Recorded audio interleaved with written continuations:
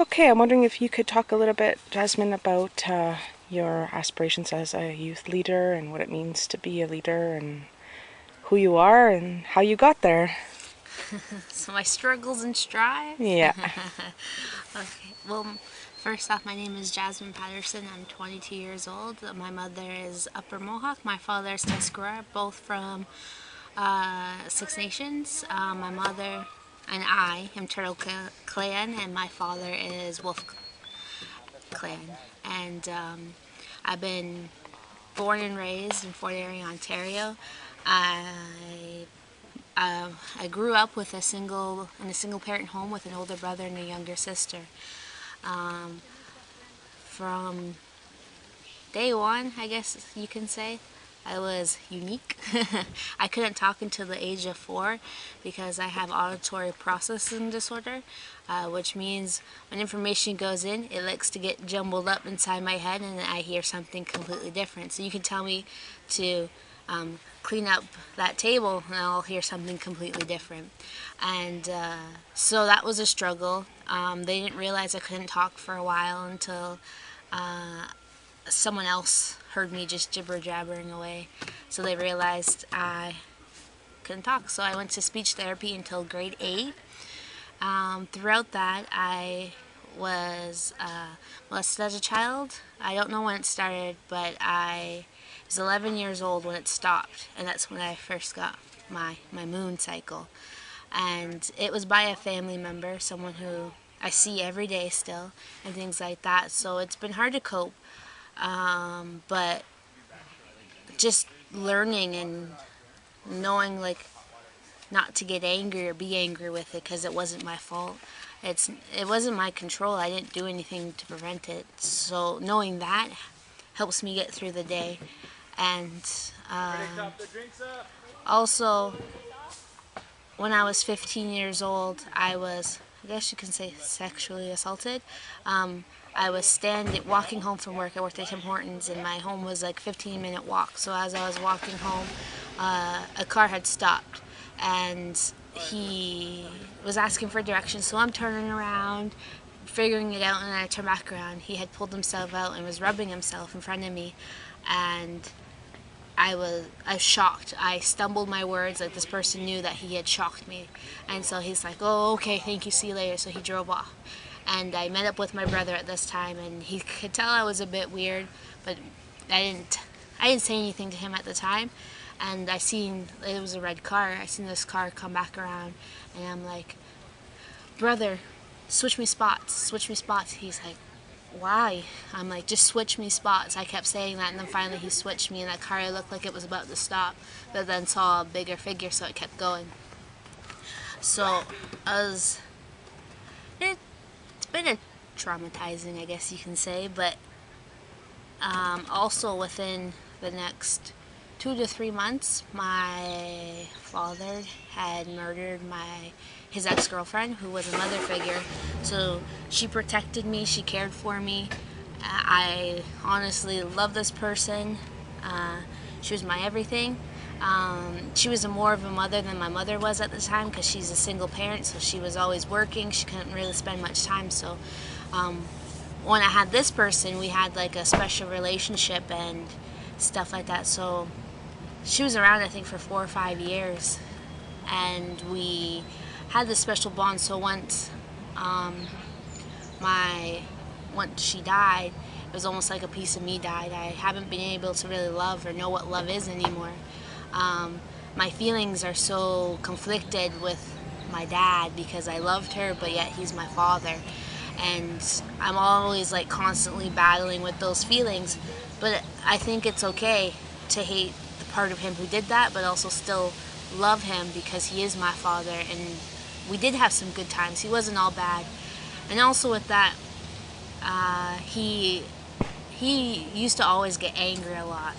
And so when I say she protected me is when he would get into his anger fits, he would throw things around, he would yell at us, scream at us, basically tear us down, verbally abuse us. And so she would tell us to go into a room and just stay there, and she would protect us. She would deal with him for us.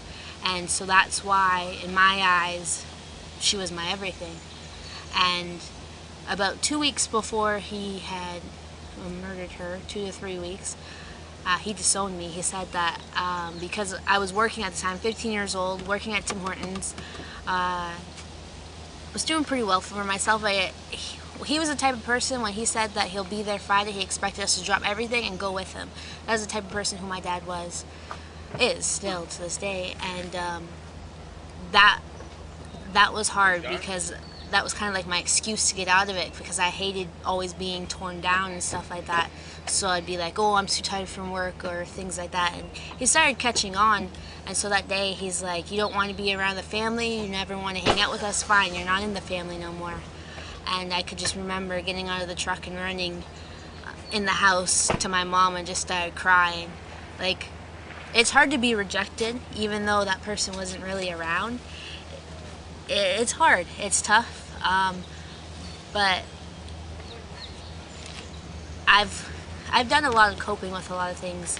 In the past year, I was ready to commit suicide. I didn't do anything to do it, but I just remember having those thoughts of hanging myself. And my inspiration was, me and my sister were living together at the time, because we were both in college. And I just remember thinking, oh my goodness, I cannot scar her more than we've already been scarred at. And from there I knew she would be the one walking into my room and seeing me, so I couldn't do that to her.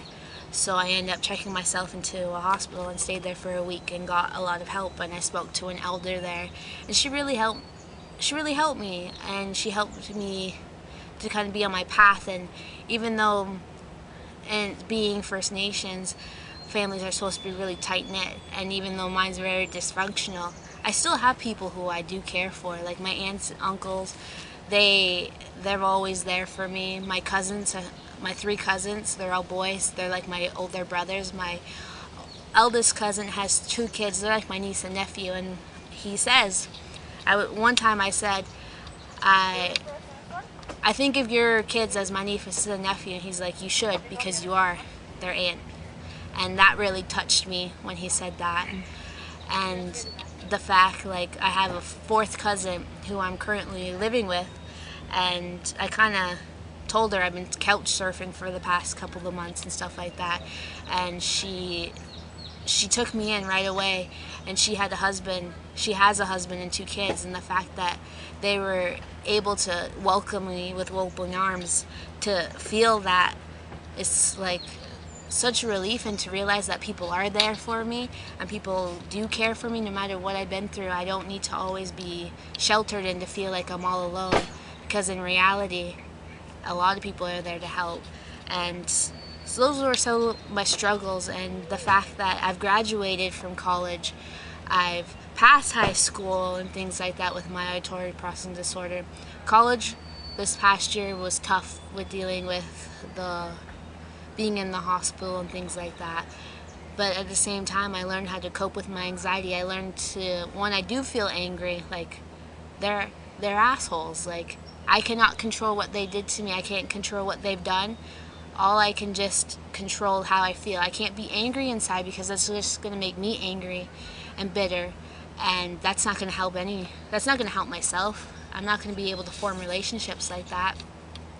So sometimes, I don't always say that, and I don't have hate for them, but I have to remind myself if I get too wrapped up in it sometimes. I just have to say they're assholes, as it's like my calming word in a sense. It's kind of funny, but it's true. That's how it was kind of put to me, and that's the way I understood it the best. And so I've graduated from a 3-year program. I am now a supervisor at a summer camp called Camp Muskoka. I supervise 5 counselors and about 20 to 30 kids. I've designed the program myself with another co-person, so I love working with youth. I love getting to know them. I love just getting to learn from them and really getting to know who they are as you all individually. And I think the reason why I went to child and youth work is because I want to be that person, that listening ear that I didn't have when I was younger, and to give back. This is my way of giving back. And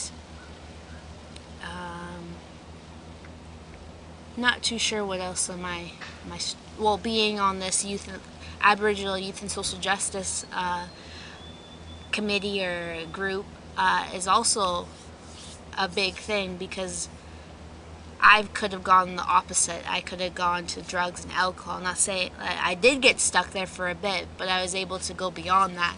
I was able to see that my life doesn't need that, and it needs to be pure in a sense, because all that does is drag you down, and it makes the depression, anxiety worse at times. And so knowing all that, I cleaned myself up, and I'm trying to head into the right path. I've gotten into the Native culture a lot more. I've recently been on a fasting in spring. I lasted 2 days, which was pretty good, being my first time and stuff like that. And just things like that, I just want to get in touch. And I think you need to believe in something to be successful, and this is my way of believing in something. So thank you very much.